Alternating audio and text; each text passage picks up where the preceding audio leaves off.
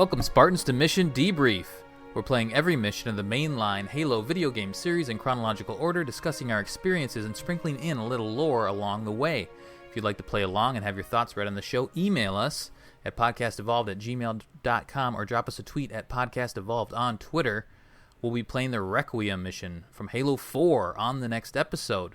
This episode, we're debriefing the prologue and Dawn mission from Halo 4. I'm your host, Colin Perkins, alongside David Arnold. Hello, everybody. And Krysta Brown. Does the Mark 6 Mjolnir come with a built-in air freshener? I would hope so. I want it to smell like lavender. Lavender's a yummy. good smell. Everyone likes lavender. It If is. you don't like lavender, you leave. Turn off the podcast. Since this is the first mission of Halo 4, we're going to run through a quick overview of the game. Chris is going to handle it. We talk about kind of where we are in time and 2012, all that sort of good stuff. So take it away, Krysta. All right. So the developer, obviously Bungie, like all the other games. Wait a second. Wait. Record scratch. So this is the first full game that's been developed by 343 that we're playing through. They had a hand Like in original game. First original, because they did CEA Anniversary. kind of with a little bun. Is that the one they had help with? No, I think it was Reach that they kind Certain of Affinity did some it together. with it. Yeah. So this is the first original game by 343 Industries. Very nice. It was released worldwide on November 6th, 2012. I was still in high school. Oh, that was a long time ago. The number of missions is 10, plus 10 missions, 8 are playable, so there's a prologue and an epilogue mission. Very easy to play on Legendary. The missions are long in this. Yeah. I've The Dawn noticed. wasn't too long, though. The other ones are very first long. one's not too bad. Other games released in the same year. Oh, there's some good ones. The Walking Dead game from Telltale, R.I.P. Persona 4 Golden, Mass Effect 3, Controversial, but good. Journey, Xenoblade Blade Chronicles. I'm very tired. I'm sorry. You can do Dishonored, this, Krysta. very good one. Love Dishonored. Borderlands 2, Oh, good year. Far Cry 3, Oh, XCOM Enemy Unknown, and Great game. Diablo 3. oh, Very good. Very good year. 2012 was amazing. yeah. Diablo 3 got good eventually. I think it had a rough launch. Anyway, Everybody wants Diablo 4, but no. We don't get it. The Metacritic score was 87, which is pretty I think good. it's lower than most of the Halo games. Still good. Yeah, it's a It is good lower score. than most of the games, yeah. Platform and difficulty, we're playing the game as part of the Master Chief Collection on normal or heroic difficulty. I'm going to be playing on legendary because I hate myself. are? Yeah, I'm going to do it. Oh, Krysta. Do you need some achievements or what? I don't think I've played Halo 4 on Master Chief Collection on Legendary, and also it's just one Okay. of those that doesn't have the Flood, so it's not horrible to play on Legendary. I might bump it down to Heroic on some missions if I'm kind of strapped for time, because I play the missions Yeah. right before the show. Yeah. Procrastination, kids, it's good for you. No, you just want it fresh in your Yeah, mind. I want it very fresh, like finish the game and start the show. But if you are playing along with us, feel free to play on whatever difficulty is comfortable for you. The timeline covered is July 21st, 2557 to July 25th, 2557. We're actually coming up That's- on July 21st pretty soon. Like actually, as we're recording this, yeah. We are in July. So the marketing plan for Halo 4 was actually pretty interesting. Not only were there some really good trailers, which I'll go over, there was also an AR game, or augmented reality. Is that what we call them? Ancient Evil Awakes and all that kind of cool stuff. I forget exactly how the AR game worked, but I think it was a puzzle game that you could play with other people. And I think Halo 5 had a similar one. So they had an AR game. They had all of these really cool trailers where it like had the didact symbol and the scan on random places on Earth and stuff like that. And of course we got the E3 2012 live action trailer called The Commissioning, which is the commissioning of the UNSC Infinity, which is a very big ship, 6 kilometers long, with 17,000 people on it. Good There Lord. are ridiculously Pretty big crazy. ships housed in this ship. Yes. Right. So it's kind of going back and forth between them commissioning the ship and saying, well, this was for war, made in wartime, but now it's for peace. And then the ship's just getting KO'd as it's going into Right. some kind of planet, getting kind of caught in some kind of gravity well, and everything's exploding and people are crying, and then it flashes back to the commissioning and everybody's like, we're so happy, this is amazing. There's cool pieces of trivia about that, actually, on the actual trailer itself. There's, what was it, Cortana says, wake up, John, I need you, while John is, like, still in cryosleep. Is this the one I'm thinking of? No, that's the not very Cortana, that's a first different one. trailer. Oh. Let's, if we want to talk about that real quick, because I just watched it, man, I was really excited to see that trailer, but man, it wasn't janky. Like, Cortana looked really weird. You only see her for about a frame. Yes. And then Chief didn't have the cod piece and looked really weird. Oh, Yeah, right. that was the huge kind of thing. It was ridiculous the how return much of Master Chief, so everybody was too hype kind of just seeing Master Chief on stage to kind of nitpick everything. But it was literally just Master Chief coming out of the cryo tube, the Forward Unto Dawn like exploding around him, and him coming out and looking at a Forerunner planet. Oh, yeah. Oh, this is the section where I was listening. Sorry, in the commissioning, one of the crewmen who was sucked out of the Infinity by an explosive decompression is named as Kiki Wolfkill. I thought that was kind of interesting. Oh. Kiki's like dead in tag. the Halo universe? Yeah. Scan is a hybrid live-action CG trailer, Halo 4, released on Waypoint, October 19, 2012. It was produced by David Fincher and directed That's the by Tim scanned Miller. trailer. Yeah, that's right. I thought it was pretty cool. Oh, this is a scan trailer. Yes, sorry. I'm getting the two of them mixed up, haven't I? Yes, I am. So I thought it was pretty cool. The trailers were awesome. They were really well Okay, done. I'll go over the scan trailer real quick, because Do. this is kind of the point in the Halo universe where we kind of start thinking about where the Spartans came from.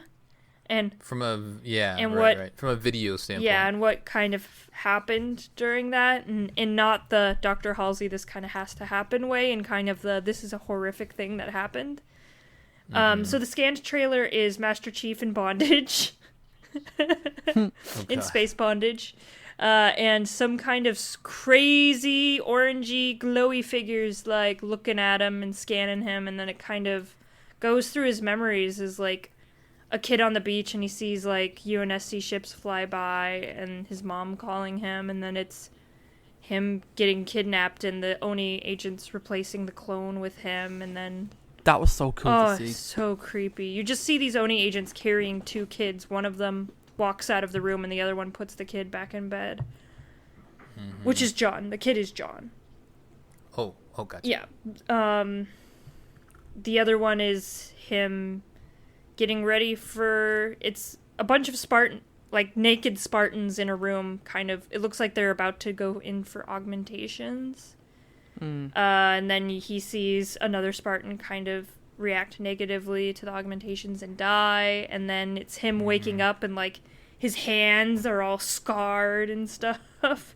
And then finally it's him putting on the Mjolnir armor. Just kind of that transformation of him as a kid to him as a Spartan, and just kind of exactly what transpired in those events. And they're still, especially when they're early Spartans, they're still kind of kids, right? You see that in Forward Unto Yeah, Dawn. the early Spartans were augmented at like 14. Yeah, So they were exactly. still very much kids. They were just very muscular kids. And 14's when they started giving them like growth hormones and stuff. They wanted it right at puberty when they were growing the most. So the scan trailer is a hybrid action CGI trailer for Halo 4, released on Halo Waypoint on October 19th, 2012. The trailer was produced by David Fincher. The director was Tim Miller. Blur Studios, the same company that did Halo Wars and Halo Anniversary 2's cutscenes, developed the animations. So there's almost a seamless transition between the CGI animation and the live action animations. It's live action, right? Is it partially live action? Yeah. Okay. So it's really cool. You kind of can't even tell at some points. It's like, wait a second, are those real people? Right. Is this real? So, it's a pretty crazy trailer. If you're The content's a little weird though, right? Because we're used to Halo, or our old Halo, our Bungie Halo, and this is a different kind of Halo. Yeah, it's kind of darker. The trailers for this was a lot darker than even like Halo 3's trailers, where it's like this is the end of the world. There was still kind of a tone of victory in Halo 3, Halo 2, and Halo 1 trailers, but this is when it kind of goes into the philosophies and, just moralities of things, and you kind of see that reflected in the additional media that were released between between Halo Reach and Halo 4. Halo Reach was the previous game to Halo 4. 2010, yeah. I guess in Halo CE. Halo CE also came out. But Halo Forward Unto Dawn came out, which was a live-action TV series. Well, TV series. It was like a web series. Yeah, it was a web series originally. It followed a character called Thomas Lasky, which we'll kind of see in the lore a little later on. And just kind of him surviving a Covenant attack, and of course Master Chief shows up and he's like, hey. Yep. And we're all like, and it takes place in like the 2530s, I think. So it was one of the first, shortly after Contact Harvest. Yeah. And also Master Chief takes down a hunter in like the craziest way. So it's amazing. It's so good. Years. He like implants a grenade in him. It's so good. Yeah, he like boards a hunter and flips over him and it's so good. Yeah, so Forward Unto Dawn is live-action Halo done extremely well. Yeah, I watched it recently, and when I watched it the first time, I thought it was very slow to begin with. But watching it the second time, I think that all of that character building is necessary. So I really liked the first couple episodes, and then the last couple episodes are pretty much all action. Yeah, I mean, I watched it originally as episodic on the web when it came out. Mm-hmm. So like there was like a weekly release. So it did feel slow in terms of like what you got in each episode might have felt like a lot, but as a whole, it's a really kind of solid piece of content. Honestly, I think they created it less episodically and more of just, it kind of follows the similar like movie timeline where it starts off slow, introduction, something big happens, and then a climax with Master Chief coming, and then the kind of drop off as everything is being concluded. Yeah. So, is this the one where one of the Spartans takes off their helmet and Lasky's like, wait, how old are you? Yep. Kelly and Fred both take off their helmet. It's a really good scene because you can see she's like awesome. Barely, like a teenager, right? She's a teenager. Yeah. Mm-hmm. He's like, what? Look at these crazy and then Chief just says, that's classified. Kelly says it. Also, Halo Forward Unto Dawn was the debut of Beamish. The scariest character in all of Halo. Beamish actually has a sad backstory too. It's in Halo Fractures, so yeah, pretty crazy. It's cool. And then the other additional media is 343 acquired Halo, and then immediately we're like, let's release 6 books. So, I think the last 2 books of these 2 trilogies were released prior to Halo 4, or after Halo 4. After. Which is the Forerunner trilogy, which is one of the greatest pieces of crazy sci-fi lore I've ever read. And then the Kilo 5 trilogy, which tells the story between Halo 3 and Halo 4, kind of just filling in those years a little bit. It mostly has to do with humanity making peace with the Sangheili. And then kind of Spartan morality and crazy stuff like that. It goes pretty deep and crazy and sad and weird. They got to find Halsey too, because Halsey was. Yeah. It was the first book was We Hate Halsey book. So people were a little pissed about that because we all love Halsey. I love Halsey. Well, Colin, you love Halsey. She's a lady. I'm telling you right now, Colin. We wouldn't be talking right now if Halsey didn't exist. That's true. So that's about it for just kind of the rundown. A lot of stuff happened because 343 had to kind of pick up the mantle and kind of come in with a big boom, and they definitely did. They came out with a lot of cool stuff. So, well, they added depth to a lot of things, and we talked about it in the Halo 3 recap, how storytelling, the way that 343 is moving the story forward is just different than the way Bungie did it. Bungie did it kind of mysteriously a little bit, in certain layers, and you had to kind of find certain things, and 343 does that a little bit here and there, but they've added so much, from the lore standpoint, all these books, lots of video, TV or movies to watch, terminals. So they've added a whole lot of depth to the story, and it's just a different approach. But they're also a dedicated studio to just do Halo, and so that's their job, to flesh out the universe. Yeah, Bungie's way of telling stories was definitely interesting because Bungie never really gave you answers to anything. It always... Which was frustrating. It was frustrating, but also kind of kept an air of just kind of discovery, constant discovery. I think 343 is much more of, here's what's going on, let us explain it to you. And usually it's through the books, like, it's not usually through the games. The games definitely have a better narrative to them. Instead of Master Chief needs to save the galaxy, it's more of Master Chief needs to do all of these different things and kind of grow as a character, which I really appreciated, especially in Halo 4. Yeah. The other thing I'll mention before we start diving into the mission is that there still are a little bit, but there were some growing pains as a part of the transition, and kind of with the change in art style and some of the details here and there, and we're not huge sticklers on that sort of stuff. It doesn't necessarily ruin the experience of like you said, that cod piece that was missing, or I think the armor in one of the videos isn't like Mark IV armor. It's so they did the best they could. They made some mistakes, but we're all, from our standpoint, we're all moving forward with this new 343 universe, and we're all happy with it. But yeah, I think people just need to remember that between Halo 3 and Halo 4, there were a lot of changes, and it's not going to be exactly the same as Halo 3, and I think 343 did a great job at making the universe theirs while also not... Because if they made it exactly like Halo 3, people would just say they're copying Bungie. So 343 was in a really weird spot where they couldn't make everyone happy.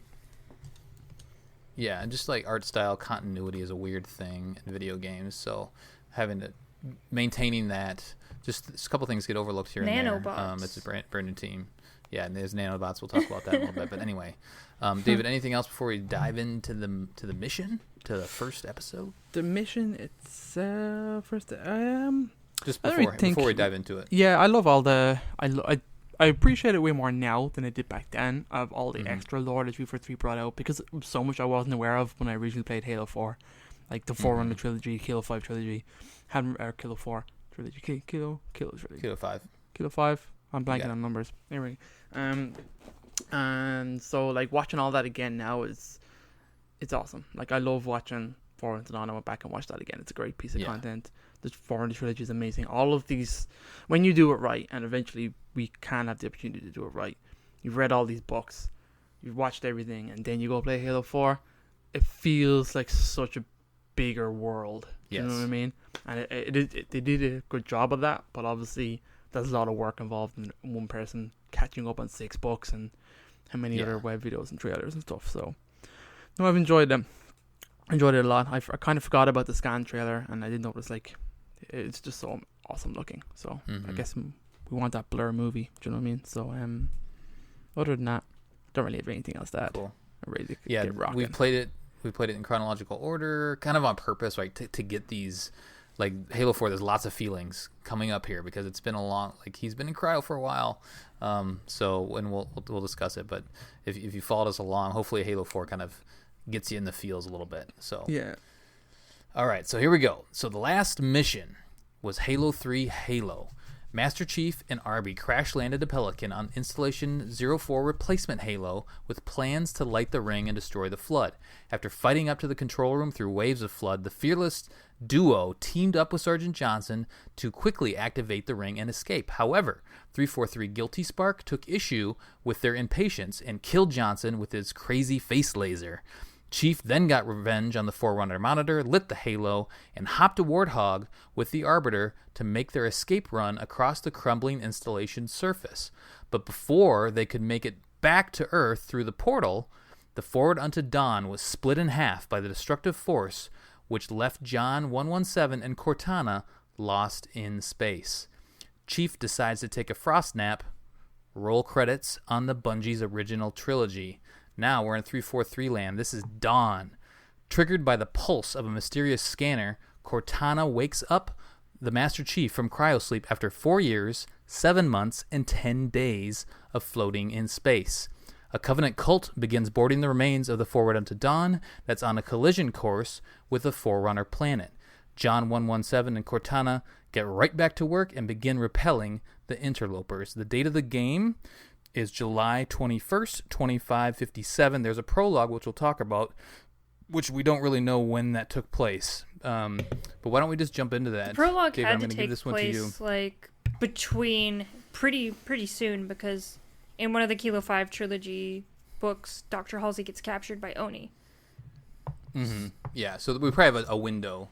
I just don't have a specific date. At least Halopedia didn't have a specific date. Yeah. But it was soon before this, or maybe it was even like the very beginnings of what was going on here. Anyway, well, let's dive into this prologue, and then we'll dive into the actual mission. But this prologue's pretty cool. Yes, this prologue's amazing. I think it's one of the more underrated kind of cutscenes in Halo. You don't really hear people talk about it that much, but I think it's amazing. Just like it's a perfect setup of what Halo 4 is, and it's important because you can see where they were kind of going with it. They were kind of taking a stance against John, which is the very negative stance of Oni, and generally trying to discredit him. So there's a person who we know is some kind of Oni is interviewing Halsey, and she is incarcerated, and you can see her with like handcuffs on, and he's kind of very harshly interviewing her, obviously with an agenda, which she kind of picks up very quickly in terms of the Spartan 2 program. And Halsey being Halsey is incredibly in love with herself. Do you know what I mean? Quite proud of her work. Mm-hmm. And is defensive on that, and even more so when he brings up John, which is pretty cool. So it's cool to see. It shows you like the darker side of the Spartans, which the game's never really addressed. So you get to kind of see that. Again, like we know how they were created, but like when Halsey is like directly confronted with that, it's kind of interesting to see. Mm-hmm. So you get this cool cutscene of like different Spartans like landing and fighting, and it's so awesome. You see them in different areas, and you see like, I imagine it's John, I'm not sure, but taking on a brute and like kicking ass. Yeah. It's so cool, like a brute, giant major. Brute. Oh, it's so cool. He's doing all flips. It's so acrobatic. It looks amazing. And then you kind of get this kind of Spartan kind of sitting by itself in like a hangar bay, obviously silently reflecting, and it kind of hints at the fact that they're suggesting that the Spartan 2s are broken people, Mm-hmm. So they're obviously trying to aim to discredit and bring down John, which is interesting. Again, you need to know a billion other stuff of what's going on in terms of what Oni's trying to do to kind of understand where they're coming from. So the game doesn't set that up. Oni for sure? I think I watched a video maybe from Toa Freak at Halo Canon. He made it sound like maybe it wasn't Oni, but anyway. It's just like this mysterious character. Yeah, I would have said it was Oni based on where we are in the timeline, and that we know she is in Oni. And in one of the books, it kind of says the amount of people that don't know that she's dead, because she's listed as dead. There's very few people who know that she's even alive, and who are allowed to interact with her, even though they have her working on the Infinity. They don't really to keep her in the very tight reins. So I imagine it's Oni, because Oni are in charge of her. I think she has a line towards the end. She says the others were Office of Naval Intelligence, but you're something different. Yeah. Does she say that? Yes, she does. Oh, maybe. Okay. Maybe it's Apollo. Maybe it's supposed to be Fireteam Apollo. I don't know. They could definitely write that in, because... Yeah. But Fireteam Apollo wouldn't have existed now, would they? I don't know. I want to say one of the original... 4s or 5s? They're Spartan 4s, I think. I think they're 4s. Anyway, I'm also trying to think that there is actually a data drop with a interview with Halsey. I'm pretty sure where they interview. But anyway, it doesn't really matter. They were talking to her about Cortana, I think. That's right, yeah. It would have to be whoever is trying to spearhead the next generation of Spartans, I would think. Which is Ackerson, which I suppose isn't really Oni, is it? Is he section? What section is that? The Spartan brand. I suppose the Spartan program would be under Oni, but I would imagine the person that... It splits, though. The person that wanted to spearhead the next Spartan program probably wouldn't act like a normal Oni agent. That's true. I mean, they have split. I know we're going to get into the weeds here, but the Spartan program did split around this time and became its own thing, not under Oni. So it makes sense that it could be part of him trying to discredit the 2s and kind of make the new 4s and 5s the bee's knees. Do you know what I mean? That's what they're pushing, and you see that with 4 with all throughout the game, just what these new breed of Spartans are like and how they interact with 2s and stuff like that. But anyway, you mentioned Ackerson. I believe he's dead. I think he died in Halo Uprising. Oh, sugar. Who am I thinking Anyway, of? continue. Doesn't matter. Okay, you could be dead. Anyway.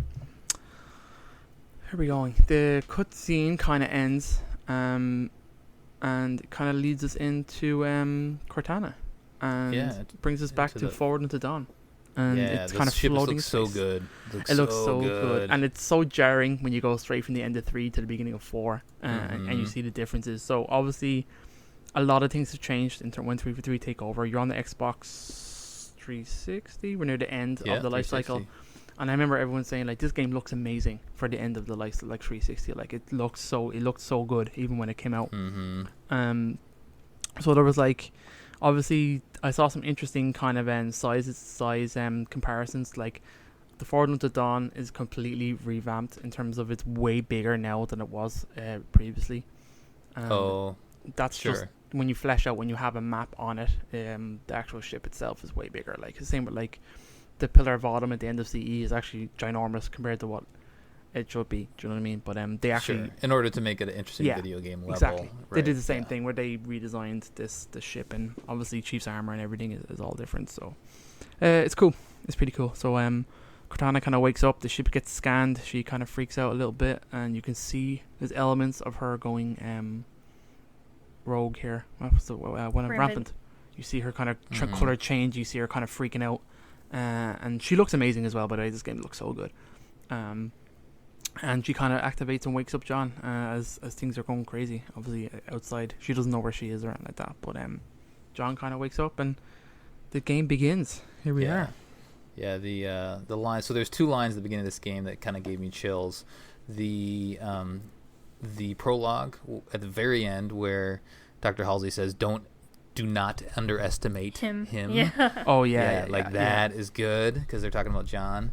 And then right here, because you know what she's gonna say, right? Because the last time he said, "Wake me when you need me," and she says, "Wake up, John. I need you." It's so good. So good.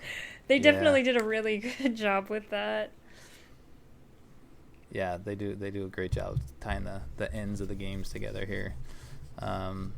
But yeah, you see Chief, he just kind of thaw out a little bit, and then we have our instantly slams his fists on the glass.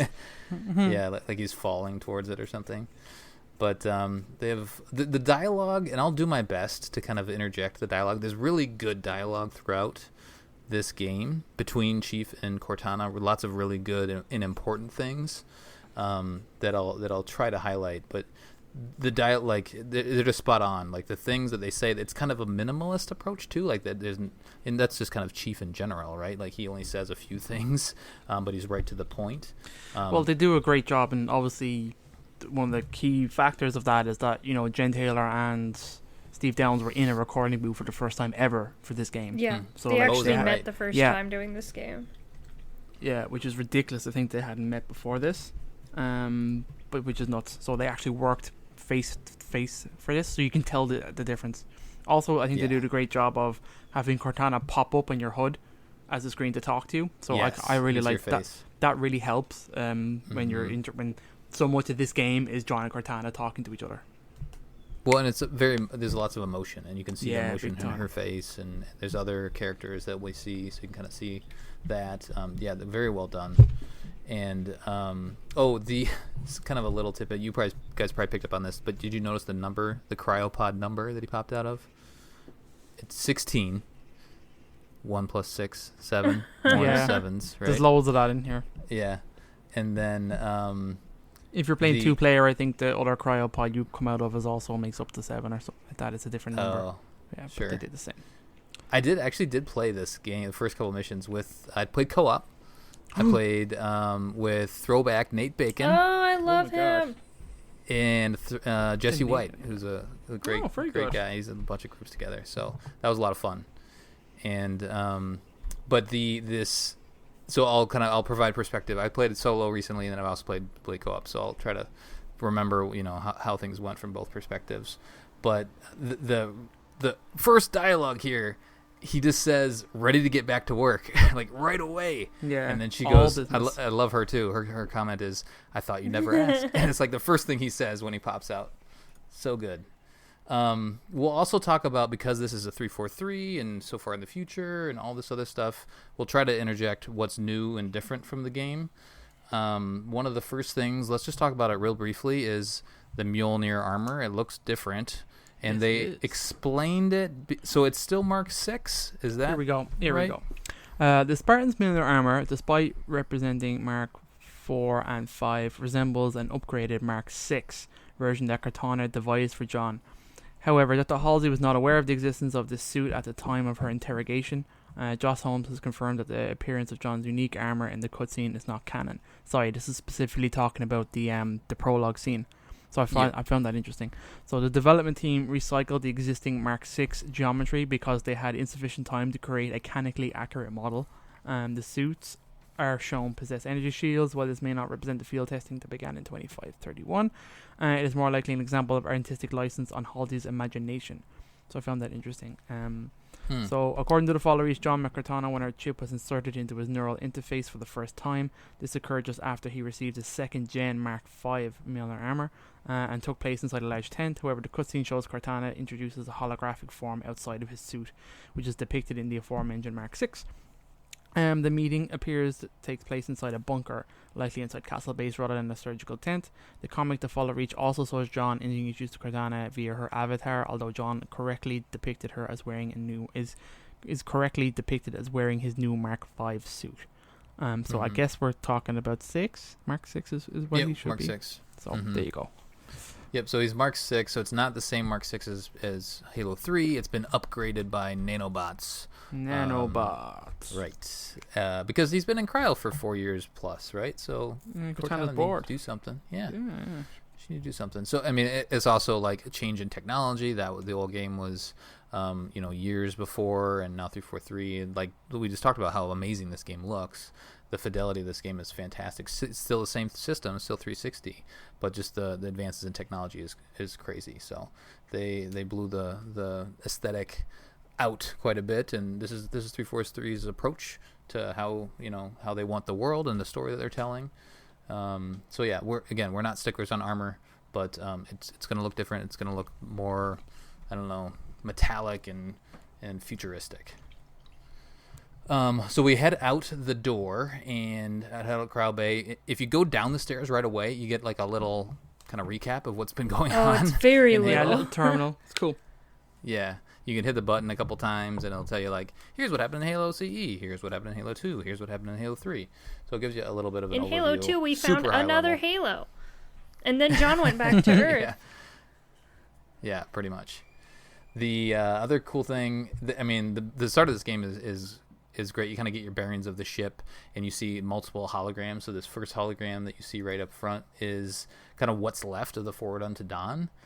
And it is interesting because it gives you the opportunity to kind of cycle through this little screen I here, love and doing it tells that. you that there are some defenses that are still online, right? Lots of stuff is broken, but there are still some defenses online.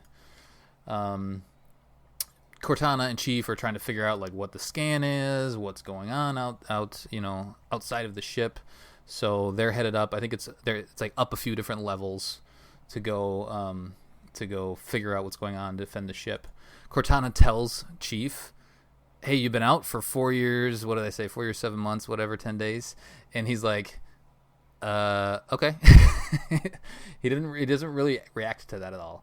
I think that's good, and it's just classic John, right? Well, he reacts you by do like, encounter- why hasn't anyone found us?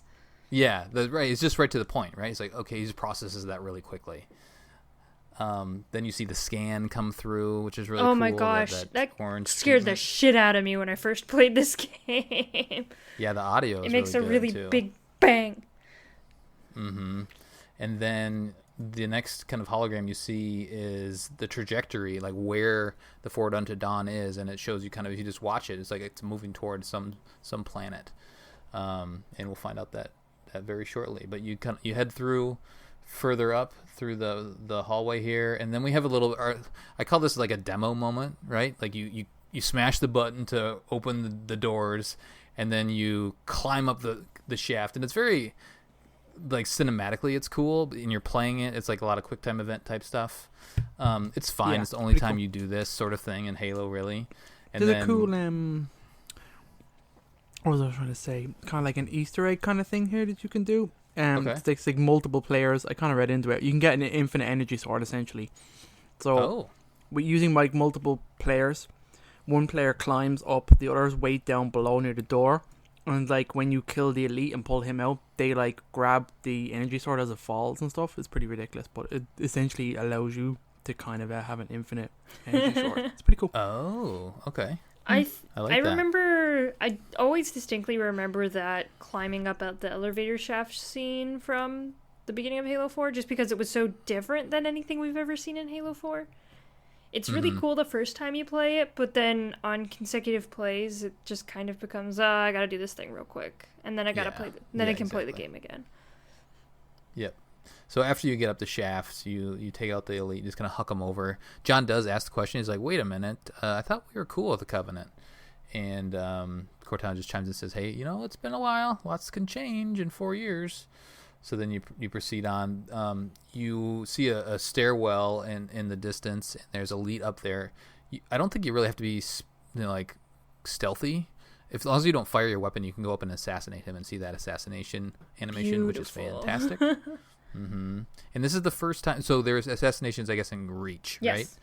And then they carried them through into Halo 3, or Halo 4. We'll talk about. I think you can assassinate most of the enemies too. I think you can assassinate knights. Yeah. I think Grunts, jackals, everything. Crawlers, Jackals are harder. Watchers. You can crawlers. Yeah. Crawlers are really hard to get actually. Watchers are really hard too, but you kind of like hang on to them, and they kind of fly around in a circle, and then you like punch them. That's cool. Yeah. I love that. If you don't know what a Watcher is, you'll find out in a couple missions. But this is kind of your first encounter here, and there's some bunch of grunts in here. This is kind of like the first initial boarding party that's sent off to figure out, like, okay, let's go raid this UNSC ship that's out here, and you pick up the storm rifle. How do you guys feel about the storm rifle? I like it. It's okay. You do? Yeah, I don't really have a problem with the storm rifle. I've never liked it. It feels weird to me. It's okay. I will say the weapons in this game though are pretty damn cool. I've really liked. I think this mission has a good round of weapons. I used everything. I think the Magnum feels like really good in this game too. They finally fixed the pistol. That's what I want to say. They did. They brought back the Magnum. It's pretty damn cool. Yep, pistol feels good. I love the sound of the AR. Yeah. AR sounds so good. We don't pick up the BR for a little while, but then I'm not crazy about the sound of that one. But finally we're playing Halo, right? Like let's go. Taking out some elites and some grunts, and the grunts are talking weird. They're not talking English anymore. They're talking grunty. What's their actual name? Ungoi name language or something. Some weird Covenant dialogue or a dialect, I guess. But so you open these blast doors here. You push the button once you clear out this initial wave, and then you reveal. There's quite a few Covenant ships here, and I think an entire Covenant armada. It's a great reveal. It's cool. Yeah. And I hate the way they've set it up of where Cortana is describing the chief about like it must be a different sect of Covenant and stuff like that. And how would she say they're a bit more zealous? Is that the way she has like a way of describing them? He says they're a little more fanatical later. A bit more fanatical. That's the word. Yeah. And then she says they're not outfitted the same way that typical Covenant would be, and you learn why later on, or if you have caught up on all the actual lore in the books, you'll know why they look different. Yep. You can also see the Forerunner world in the distance as well. We'll talk about all that stuff as it comes more relevant to the story. But yeah, then you get two phantoms that just board you on either side, and it's up to you to figure out which side you want to go through first. This part is a little bit difficult, especially if you're just used to playing on normal or something like that. I was also trying to get used to the storm rifle, and I wasn't having much success. So I would try try to take out one of the elites, because I think there's just one elite from each side and then a bunch of grunts, and then the grunts from the other side would take me out. But it's not terrible, but it's just a little bit of getting used to the weapons that you have in Halo 4 now. But any approaches that you guys do here? I mean, you usually just kind of chuck a grenade on one side, see if that does some damage, and clear out as much as you can before you move to the other side. Krysta, what do you do? So if you don't know, when the boarding parties come, you can get murdered by the thing that pops open. Yeah, really? it'll hit you in the face and funny. kill you. It's kind of funny. But pretty much huck a grenade. Usually I can get the elite's shields down, and then plasma pistol the other elite on the other side, and then and then kill everything. Headshots. You're plasma pistoling because you're on legendary. Yeah, right? you kind of have to use that strategy on legendary. And the plasma pistol's okay. I mean, we've always talked about it. It's always kind of been okay. But when you're forced to use it, you realize, oh, this is actually pretty competent. Yeah, weapon. I mean, you kind of have to use it on legendary just to take down shields and get a headshot, because elites can kill you really fast. Mm-hmm. So it's legendary game. The legendary games in all of the Halo games have always forced you to kind of pick up the plasma pistol, which is kind of funny because you don't use it any other time. Yeah, exactly. I'm trying to think other things that I've noticed here in the beginning part of the game. The dust particles at the very beginning are pretty cool in the ship. Just the whole aesthetic is fantastic. Everything it doesn't feel like the Pillar of Autumn that much to me. It feels like a different ship. But they're also kind of going for a similar feel, I guess. Like, hey, we're back, we're on a ship. You're popping out of cryo, kind of similar to Halo CE. Let's go wander and find out what's going on. Yeah. Yeah, pretty much kind of starts the same. Yeah, no, big time. I mean, obviously the level is designed that way. And obviously 343 are like, hey, look, we're real, we're you. We're Halo right. fans, Yep. So it's the same as Pillar of Autumn. You come out of cryo, you retrieve Cortana, you defend the ship for Covenant borders, you crash land on a Forerunner installation at the end. Yeah. You know what I mean? It is quite similar. It's cool. It's cool. I like it a lot. Yep. It's hard to describe kind of like what turns to take and all that sort of stuff, so I'll just refrain from that. But we make our way through the ship, and there's another point actually where you get to see a little bit of an overlook, which is kind of cool. And kind of get to see all the ships in the background, and again you get to see the mysterious planet. And at that point is when Cortana says, hey, we can use one of those missiles to defend ourselves here. So you kind of have that as your next objective is, all right, I got to get outside. You actually have to get outside the ship, so you can't, it's all, the Fort and Dawn is in pieces, and we can't activate the missiles from the inside because it's broken, so we have to go outside. So this is great once you finally get out there with some Covenant to take out in between there, before you actually get to that point. But it's really just kind of getting back into Halo, getting back into the feel of there's the similar, they look different, sure, but it's grunts and it's elites and it's jackals, and the jackals have their shields, and there's plasma grenades back, so it feels very good. I mean, what do you guys think about coming off of Halo 3 and then diving into Halo 4? Did it feel that, I mean, there's sounds that are different and some aesthetics that are different, but did it feel different? Did it not feel like Halo to you? Master Chief learned how to sprint, which was interesting. Yes. Do we want to talk about how That's controversial the sprinting is? Like, to this day? I like sprint, personally. I think it's weird. Why do people hate it I don't so much? know, but to this day, people are like, why do they keep adding sprint into Halo? I hate it. It's like, why? What are you doing? What? I think some of the, controversy or the criticisms were that Halo 4 was trying to be too much like a popular other first-person shooter, Call of Duty, and so they added a lot of things that the tried to multiplayer make it speed up and other things that make that game that people love that wasn't in Halo originally. So I think that's the biggest thing is like get this Call of Duty out of my Halo. But to me, I think you need that speed, especially for more modern games. Yeah, I think I like sprinting. I think it's nice. There's a balancing factor I think that people have issue with, because if nobody can sprint, then like everybody's moving at the same pace, and that's multiplayer stuff that we don't really get into here. So I guess I can understand from that standpoint. But yeah, I mean, I'm all about sprint. Let me move through this mission a little faster, please. Thank you. Anything else on this kind of before we get outside, there's that encounter where there's that office in the middle, and then you kind of have the walkways on the outside, and you got a couple elites and I think some jackals and whatnot. Any other approaches that you guys do? Do you guys go in the center room right away? David, what do you do? I kind of go. Yeah, I do. I have great fun with my Magnum getting headshots on grunts, because it's so satisfying. I eventually did drop and pick up a Needler, just to kind of try that out again. Needler in this game is pretty good. Also, the elite at the end, I can't remember his rank, but he has a concussion rifle. Yes. So Once you get through it. Yeah, I always try to love this weapon. I don't know. It feels like when it's used against you, it's devastating, but I never seem to get the impact I want when I use it. But I do like it. It's a cool designed weapon. Pretty cool. It's kind of like the brute shot. Yeah, right? kind of. Yeah.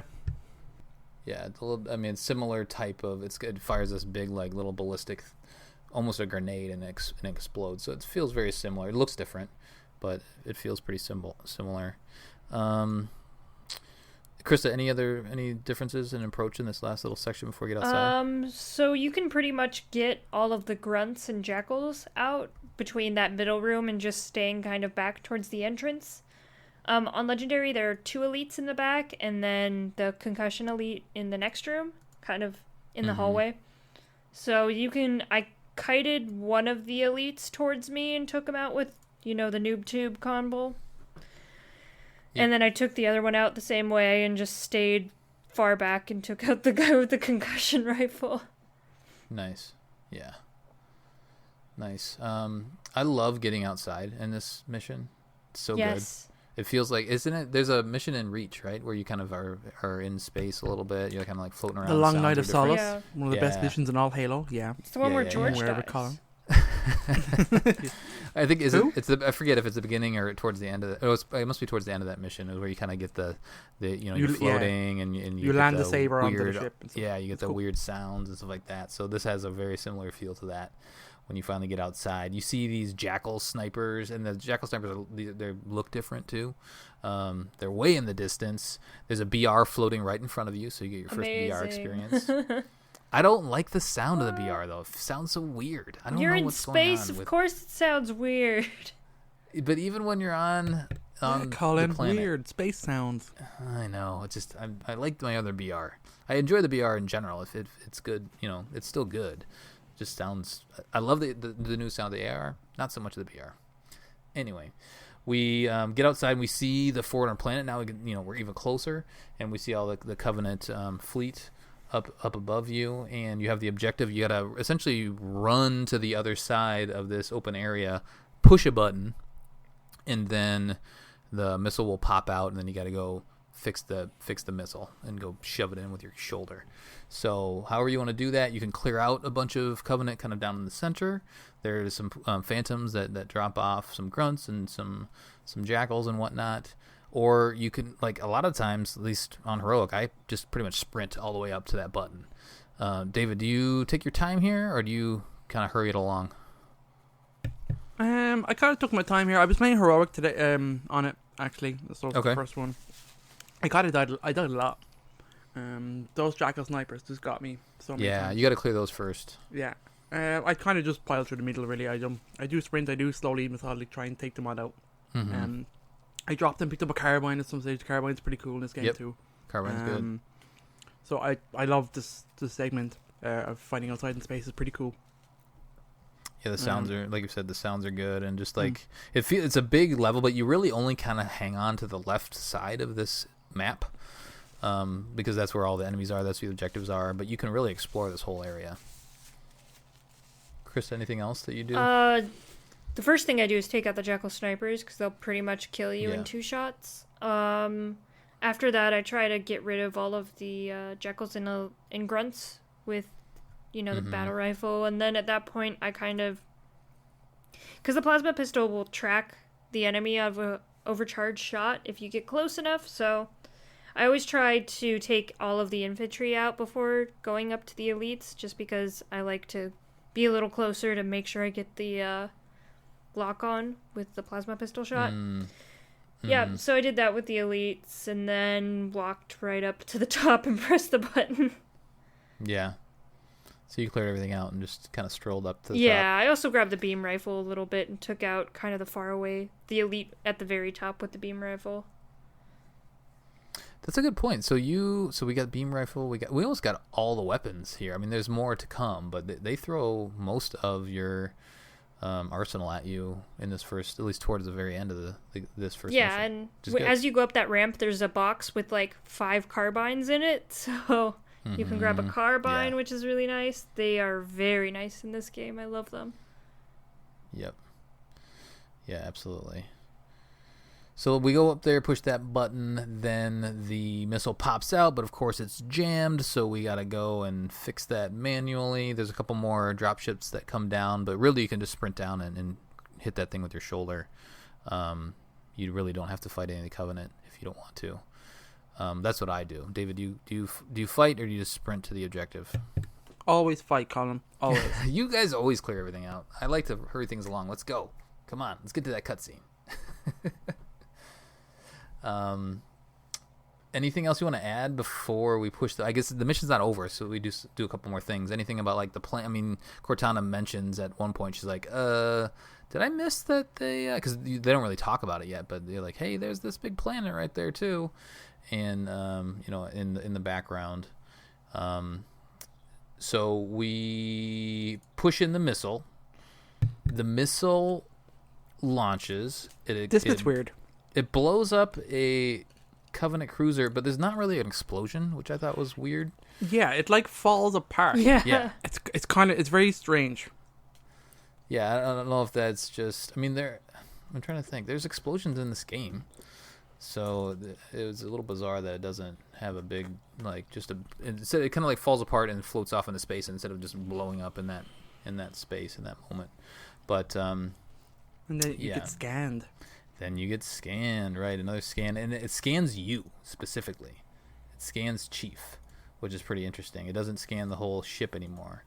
It's just isolated on John 117, and then. What's the next thing that Cortana says? I'm forgetting now, can here. we worry about the giant metal planet? Oh, because it starts to open, right?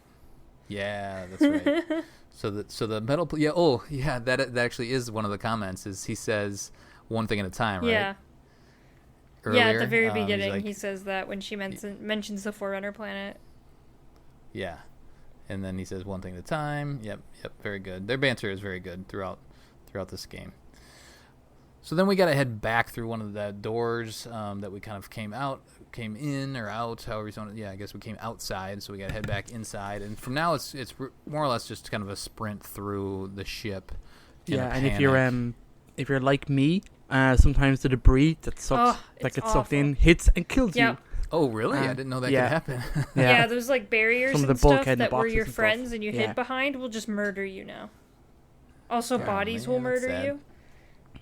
Yeah, that's true. Oh, really? Jeez, yeah. I've never been killed by any of that stuff. At least not that I remember. It's really funny when you get killed because Master Chief just kind of floats into the planet. Oh, he does? Okay, yeah. Because like all classic Halo, whenever you die, you just get this, ragdoll Chief that zooms out on. That makes sense. Anything about the last little section here? You got to run through. There actually is. So everybody's kind of, once you get into the ship, everybody's, the Covenant that are still in there, they're kind of in a daze. They're panicking. They don't know really what to do. You can jump up high. There's a part where you can go low. If you jump up high, you can stay up high, and you can get a sword. There's a white elite up there. They can get a sword from. Energy sword. Yeah. But you don't really use it. Because then I think you lose it as soon as you get into the next mission. Mission. Yeah. But at least you get an energy sword in this mission just also. For fun. Also, I think this is the first time where we get like sparkly Cortana. Distorted Cortana. Yeah, she says something a little weird, doesn't she? She's just explaining Trying to think what she something, says. and then it goes all like, your HUD gets all staticky, and she gets all warbly. Warbly and red. That's right. So something's not quite right with Cortana. We'll find out more about that as we go on. But yeah, you proceed on. You can kill some of these Covenant. You don't have to if you don't want to. You can just proceed through to the objective marker, and then once you get there, then everything goes to hell. The entire ship falls apart, and you just fly essentially like you're like floating out in space with all this other space debris.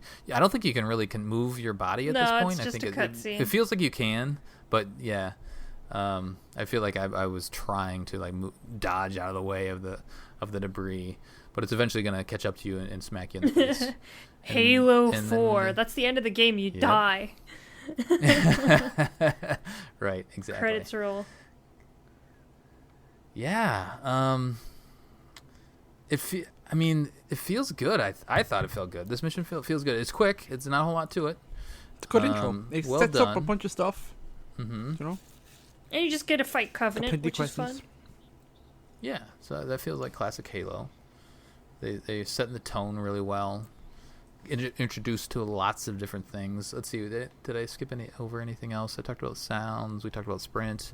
Aim down sights. You could always do some ADS on some weapons. Whether or not you could fire is a different story, I guess. But most of these weapons is kind of the same, a carryover from Halo 3, I believe. Yeah. The carbine you can aim down. Obviously the sniper once you get that eventually. I think the pistol you can. Yeah, you can. You can, yeah. Okay. Yep. So all that's pretty much the same. Oh, there's no collectible skulls in Halo 4. So that's a bit of a change. Isn't there there's collectible something though, isn't there, other than terminals? There's terminals. Is it just terminals? Not that I know of. Maybe there is. But I think there's some things that you can grab, especially like in the next mission. There's like some things that you can play, like audio those are logs or amazing. terminal Yeah, we'll talk about things. those. Yeah, we'll talk about those next mission. But anyway, specifically skulls, there aren't. You can just activate those from the screen if you're playing the 360 version. You can just activate those, turn those on or off from the menu. But there are terminals, so we'll cover those. Those start in the next mission. Some deep terminals. Yeah. Anything else you guys want to cover before we go into? I do have questions, so we'll have a question, and then we won't have that terminal, so then we'll get out of here. I got some cool random bits of trivia. Yeah, some of them's not even about the missions, just about the game and stuff. But I thought I'd include it because I kind of liked it. On the first day of release, Halo 4 grossed $220 million, which surpasses Halo Reach's record, which was $200 million, and $300 million in its opening week. So I thought that was kind of interesting. Okay. First time the Halo series, Taylor and Downs recorded dialogue, which we knew they're scenes together in the same recording booth. This level is reminiscent of Pillar of the Dawn. We kind of covered that really good. Similar kind of layout, we kind of know that. Mm-hmm. The level is the first campaign level in a Halo series, apart from Halo Wars, that is not divided into distinctly titled sections. Even though there are rally points available in the campaign lobby, there are no names for the level sections. It's a similar case for Halo 2 campaign level Gravemind, where there's only one section in the entire level. It's also the first opening level in which there is no friendly units present, which I thought was interesting. Yeah, good point. The elite that John encounters in the elevator shaft is unaffected by the Thunderstorm skull, which upranks everybody in the mission, so it's always the same kind of pre-cutscened elite that you meet, which I thought that was just an interesting tidbit. Mm-hmm. His grapple with the Sangheli Storm is similar to the vignette from Halo Reach. In the level Winter Contingency, Spartan B312 punches a Sangheli Zealot when he's pinned to the ground, narrowly saving himself from being stabbed with an energy dagger. In both cases, the elite's shields do not flare when punched, which is interesting. The post-war UNSC emblem is used aboard the Forward Unto Dawn, despite the frigate having been out of contact with the UNSC since 2552. Curiously, the proper emblem is painted on the starboard wing, establishing the shot from the Dawn, through it barely visible. The UNSC weapons aboard the Dawn are also post-war models, as opposed to the variants encountered in Halo 3, which is obviously a result of production considerations. Yeah. So, I mean, that's just something we have to take with it. Right? Yeah, it's a video game. Yep. There's also, when he's in space, he's not really affected by 0G. So which is kind of interesting. Like in Halo Reach, we yeah. could jump really high and stuff like that. Yeah, But you don't they really didn't do that change. here. Yeah. I guess he's got those mag boots on. Yeah. Sweet Mac And boots. there you go. And just generally speaking, Halo 4 was originally stated to have been designed as part of a 3-game arc from beginning. However, the scope of the then Reclaimer trilogy, now known as the Reclaimer saga, has been expanded to encompass undefined number of games. So in addition, 343 Industries is aiming for a more complete connectivity among their future media than their original trilogy. So this is all quoted from way back when. So you have the Forerunner saga, Kilo 5, like we mentioned, Anniversary Terminals actually all hinted at this Halo 4 story. The third and final Forerunner saga novel, Silentium, was released on March 19th, 2013. Frank O'Connor noted that Silentium would be released after Halo 4 for specific strategic reasons, likely referring to the connectivity of the game with the novel. Forward and Dawn provided a backstory for Lasky, like we mentioned already, who was a major character in this game. It's pretty cool. The Halo Force Collector's Edition has a 90-minute extended cut of the series, but I think that's the cut you can watch on the Halo channel. So that's what I watch. Okay. That's where I watched it. There you go. If you haven't read Silentium, I would recommend, or no, Cryptum. I would recommend reading Cryptum between now and the next episode. Oh, okay. So like a week. Yeah, you could do that. Just get the audiobook. Listen to it when you go to and from work, if you have work. I just did that recently before this episode, between last episode and this episode, and it's good. It's great. It gives you lots of good stuff, and it makes this story specifically. If you read the whole trilogy, it'll make it even better. But if you at least read Cryptum, it'll make a lot of the things that are in this game real cool. All right, should we do some community stuff? Let's do it. All right, who's got up Discord or Facebook? I do. All right. Take it away. Admin-Colin says, when you wake up after 4+ years of cryo sleep, what's the first thing you do? Parentheses, question for mission debrief, Halo 4 Dawn episode, end parentheses. So, Rye says, I can't post the answer here, but there's a solid 2 responses that come to mind. Okay. Master G97 says, trying to figure out what happened to Cartoon Network and why they went from this, the original Teen Titans, to this, Teen Titans Go. That's a very visual response. Axif says, I would take a massive piss. Imagine how long it's been. I can definitely... I think there's a lot of people that had that same thought. Well, I mean, like, come on. Redacted17 says he would go on the internet and get disappointed that Half-Life 3 is not out, but also get excited that JoJo's Bizarre Adventure Part 7 is being animated, and would immediately start playing Halo. Literally everyone is back except George. Oh, ouch. Fambam says, I'd probably just go back to sleep, to be honest. And Matt says, 4 years, probably hit the snooze on that alarm. JRock2 says, I'd instantly pull up Twitter to see if I'm trending. Because, I mean, if you were in cryosleep for 4 years, maybe people are, like, talking about you. I mean, what's up with this guy? Yeah, maybe you had some art out there people found. Like, oh, he's dead. Now it's cool. And definitely one of my favorites, Muffin says, I'd find the closest McDonald's and see if the McRib is available. Ooh, yeah, that's a good And that's about all I got for Discord. Cool. What's Facebook have to say? So, Facebook, my peeps, we have Colin Perkins, moderator, June 27th at 2:51 p.m. You wake up after 4+ years of cryosleep, full stop. What's the first thing you do? Question mark. Open brackets. Question for mission debrief Halo 4 Dawn episode close bracket. What we got is a sad, lonely picture of Cortana on Dawn. And then we go. James Whitmarsh says, check the internet for Half-Life 3. That's pretty funny. Matthew says, open the back door so the dog can stop barking and take a leak. Nice. Take the biggest, longest wee ever. Imagine a piss horn you'd have after 4 years of cryo. Thanks, Dave. Ian Francis says, see the newest Halo game has been released yet. There we go. They wanted to get into it though. Jesse White says, check on my AI love interest. Good man. Oh. Ben McPhee says, check emails. There's a lot of checked emails. Sam Alexander, if the UK has sorted out Brexit. That's pretty funny. Nope, not yet. Brian Yap says, check if 4 and 5 really happened. Was it all just a bad dream? Ooh. Or better check if it's still dreaming. We have some masturbation emotes and memes in there, just so you know. I won't describe them to you. Kyle says, try to figure out the Spartan 4s are such pieces of shit after all the time. They're a perfect Spartan program. Ooh. Alan says, find out why the ship is falling apart. Luke says, if Master Chief waking up, I see how nuts my partner A has become and look for a weapon. If it is me waking up, I would be like Austin Powers waking up from cryo in the first Austin Powers movie.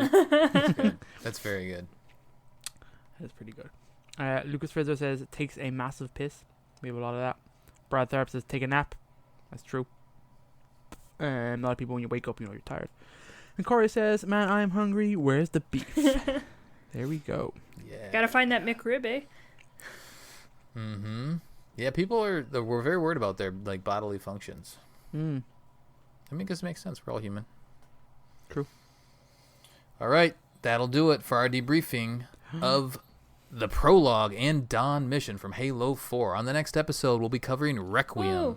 Send us your thoughts that? at Podcast Evolved. What is that? Send us your thoughts at podcastevolved@gmail.com or drop us a tweet at Podcast Evolved on Twitter. Until next time, Evolved. Welcome to Halo 4. Yay, Halo 4.